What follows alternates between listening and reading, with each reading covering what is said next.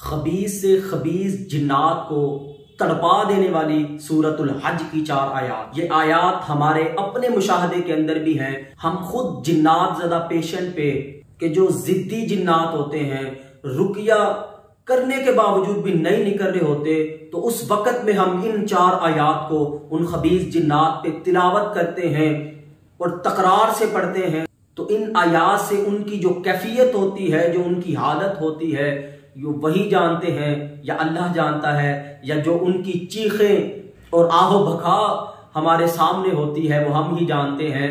تو یہ انتہائی پاورفل آیات ہیں جنات کو جلانے کے لیے اور جنات کو بھگانے کے لیے.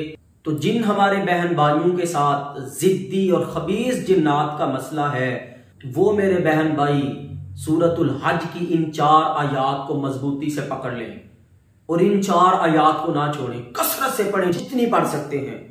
اگر ان کو 5 نمازوں کے بعد آپ پانی کے گلاس کے اوپر 21 مرتبہ پڑھ کے دم کر کے وہ پانی کا چھڑکاؤ اپنے چہرے پہ کریں اور وہ پانی پیئیں تو انشاءاللہ یہ بہت بہتر ہے. سورۃ الحج کی آیت نمبر 19، 20، 21 اور 22 اتنی پاورفل آیات ہیں.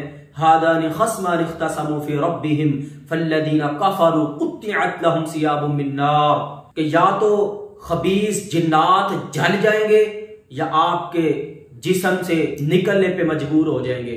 اس کے ساتھ آپ جنات کو جلانے اور جنات کو بھگانے کے جو رقیہ ہیں، دم ہے، وہ والے دم آپ صبح و شام سنیں.